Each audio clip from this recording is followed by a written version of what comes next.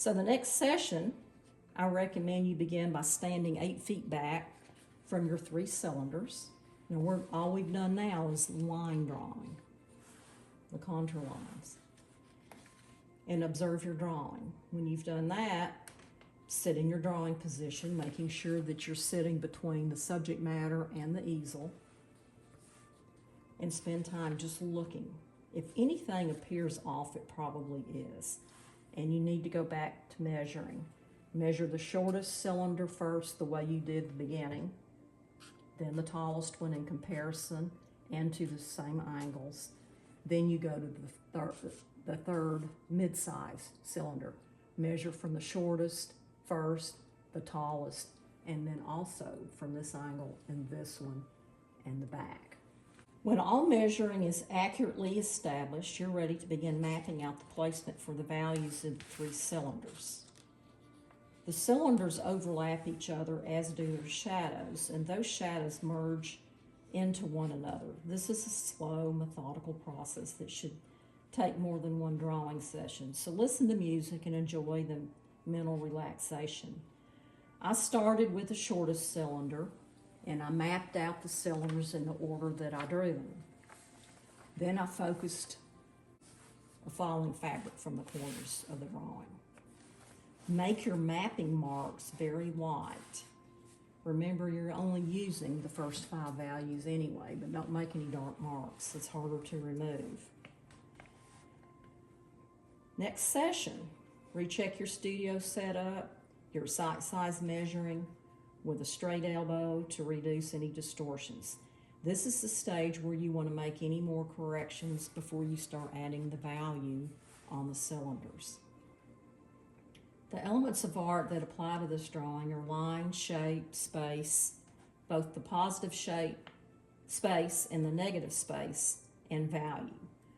The positive space are the shapes that you draw, you're drawing. The negative space is the background, the middle ground, and even in some of the foreground that flows around through the positive space. The values represented by the lights and darks in the drawing are chiaroscuro, which translates as light-dark. Place your sketchbook on your easel or in your lap so you can view the value study. Take time to assess the placements for the values in the shadow box that you assign to the sketchbook drawing and make your corrections now. Remember, you will use the first 5 values in the traditional value scale, which simplifies the drawing for the 3 cylinders with the intricate shadow patterns. You will need to go slow and squint down to see the subtlety of the values and reflect in the glass and the fabric. There's 4 traditional methods to add value to a drawing. They are hatching, which is a series of parallel lines, or cross-hatching, which is a series of parallel lines, and then you can superimpose in a different direction. You can actually go in all 4 directions if you want. Stippling, which is a series of dots. The dots are closer together, the darker the value, the farther apart, the lighter the value. Stippling is traditionally a pen and ink technique. And then blending. Blending is when you do your hatching or cross-hatching, and you take a blending tool. In my case, it was a soft paper towel, and you rub it and you blend it into the paper fibers. I don't recommend you do this until you're nearly through, maybe towards the end if you want to do some light blending on the fabric. It's really hard to lift blending once you rub it into the paper fibers. I sharpen my pencils to a chisel point because they lay in a flatter, smoother application for the graphite, especially for a light key drawing. It gives me better control of a application or a value range. This is sharpened on my ultrafine sandpaper. Of course, the first thing I do is I take my X-Acto knife and I cut the wood back. When you get a longer point of graphite, in your drawing, all you have to do is come in and every now and then and reestablish a chisel point. And then I wipe that off on a little scrap piece of paper towel so I control how much graphite I'm actually applying to my drawing surface. Number 1 value is the color of my paper, so when I applied all my number 2 values, I omitted the areas where I determined to be a highlight value. So number 2 is your light value, and I put that in all the areas that had value. So I'll go through and I've added all that down all through the drawing. When I've established my number 2 values in all the areas I have values 3, 4, and 5 as well, then I clean up any stray mark making to keep the drawing clean as I work. After that is done, I'll come back and I'll add my number 3 value on top of the number 2's where the number 3 values are. If the value is a number 2 value, I omit the number 3 value and leave that alone. So your values are going to become 1. You can see there's going to be a 2, and then there's going to be a 3 in different areas of your drawing. At the conclusion of this stage, you should have value 1, 2, and 3 established well in your drawing. And this is a good time to stand back and really look at your drawing. You're going to begin to see the three-dimensionality emerge for your cylinders. So take a break.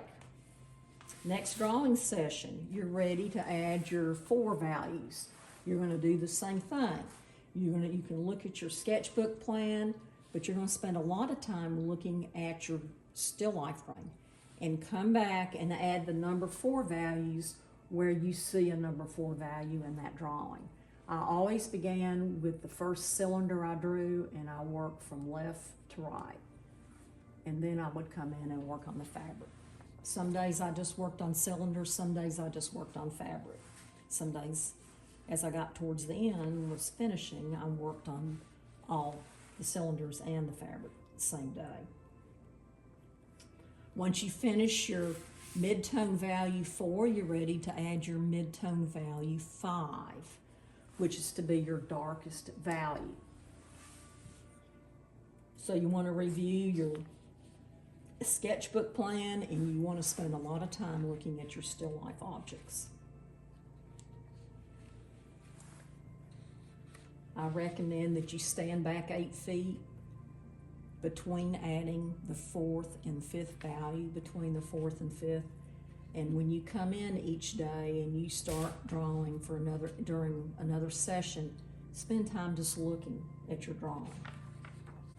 As you come towards the end of your drawing, you're going to make more frequent stops to stand back and look at and watch three-dimensionality emerge. Standing back tells you immediately what areas need more attention, so it's important that you do that. Spending time with your drawing and quiet contemplation will allow you to see values with accuracy, so you'll be able to interpret them with that same accuracy. My objective was to create beauty by selecting a cream-colored paper and a silvery gray graphite with sensitive mark making to interpret elegance. I chose to lightly blend, once again, only with a very soft paper towel. And I only did this on some of the fabric, contrasting the soft fabric with the hard, shiny glass cylinders. I used the DeWitt threaded pencil holders. They have a secure holding for the shortened pencils. As you use them, you're going to be using your pencils up, and since they're threaded, they securely hold your pencil so you can get more use out of the graphite in that particular pencil. The principles of art that are used in the drawing are contrast and emphasis.